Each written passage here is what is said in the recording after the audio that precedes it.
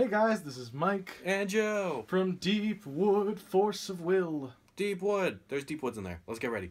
Alright, so Joe's got a brand new brew for you guys today. Joe, you want to talk about it a little bit? Yeah, it's one of the rulers that people don't see besides Fox. So, it's Lumia, the Faded Rebirth. So it's a red-white ruler, but we don't really care about it being... we don't care about it being red-white, but she gets red-white energized, which is cool.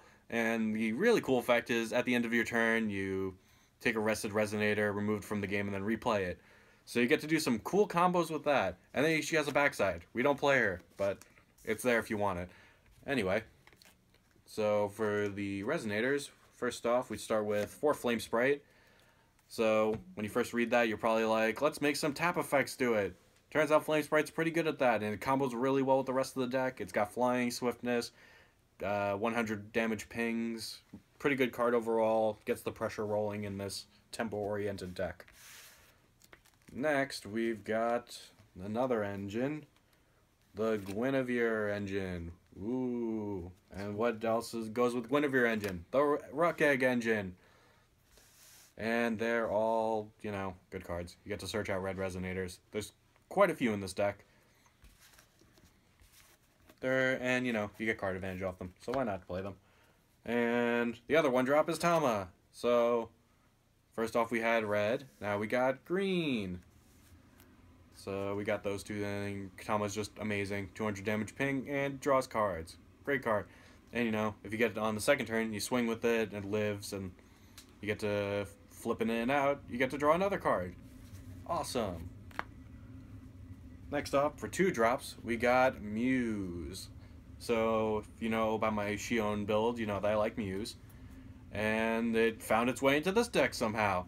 So, this is a red-green-blue deck, and Muse is a 4/6 that draws cards, and since it's got that 4/6 body, it gets to swing often, bounce itself, you get extra draws. This is pretty monster mashy, so you get to call Resonator a lot and draw a lot of Resonators.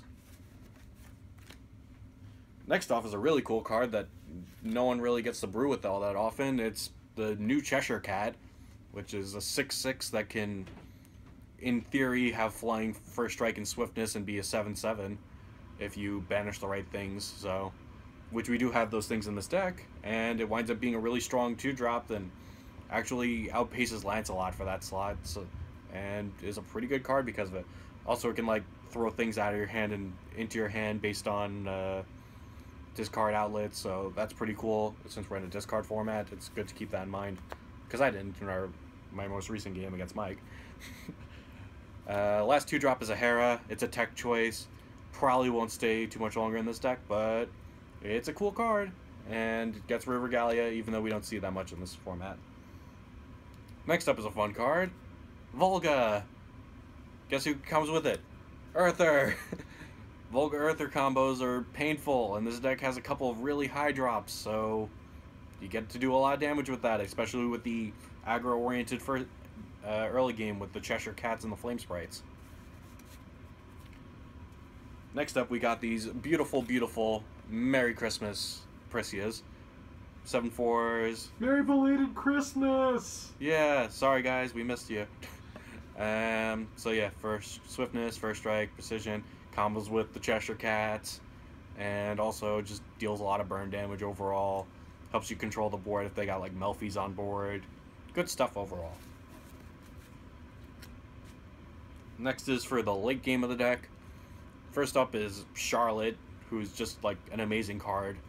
It's got Barrier X, where X is the number of cards you got in your hand, and they can't target it with anything. If you have like cards in your hand, and it gets huge if you have like a bunch of cards in your hand. And it draws a card when it gets into the board. Guess what that works well with? The Lumia thing. So, more drawing cards, more of that fun stuff. And I actually really like this card. I want to play with it more. But it really fits the theme of this deck well. Next up is a card that went from not in this deck to being a 3 of in this deck like pretty recently. And that's Titania. Originally they were Ice Dragons of Altea, but it turns out that I have a bunch of more Resonators than I have cards in my hand, so why not just turn those Resonators into 12/12 flyers that then buff my blue Resonators, since I have so many of them. And turns out it's a really good card, and it's terrifying whenever they get dropped. So they're staying. They may even get buffed to 4 someday. Probably not, but maybe. There's that Ice Dragon of Altea I was talking about.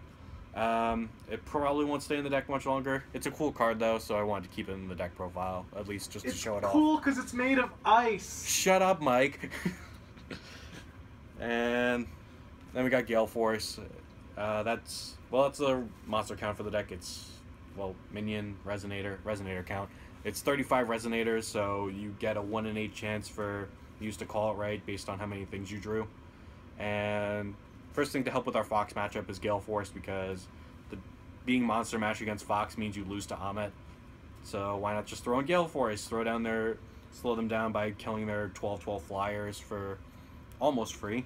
And it gives you a better Feet Sting matchup if Feet Sting's a deck. And last but not least, to help out with that Fox matchup is Prison the Lunar Lake. Guess what? You run blue stones. Use them.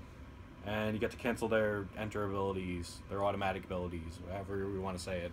And just kill them for it. And makes them feel really bad about sacking things. And then they kind of lose sometimes. Not that much. But you try. And for the stone deck, we got 4 Hearth's Core. Blue-red's a good color, because we got like 12 red 1-drops, and yeah, and then you need like 3 blues for the Charlotte, so we got to play a lot of those. Next up is Blasting Waves. You play 4 of those because green-red is your best color. That's every single one of your 1-drops, so if you hit that on turn 1, you're happy. And then you just want to hit a blue on turn 2, and then you're pretty much good to go. And last thing to line it up, Deep Wood. Yay! Deep Wood's always rounded out, and green-blue is the last 2 colors, so why not just fill out the rest of the 10 with that. Overall, this is a really fun deck. If you haven't tried it out, you get a lot of cool battle tricks. Your opponent just kind of like looks at you as you just continuously draw cards and aggro down their face, and it gives people a really strange line of what they need to do to try and counter this deck. So it's a really fun deck to play. If you haven't played it, try it out, blah blah blah. If you want to play something other than Fox or Dark Alice, Lumia's fun, and she can be quite the threat, so be on the lookout for that. And that's pretty much it from here, unless Mike wants to ask a question if I missed something. Yeah, now, is there just any last thoughts about the deck? What do you think the hardest matchup and the best matchup you'll have with it is? Any like J-ruler-oriented strategies gets a little rough because it's kind of hard to kill them. Because, you know, if they have like a perishable or something, they'll just come back, and my Resonators don't come back quite as easily, even if I am drawing cards.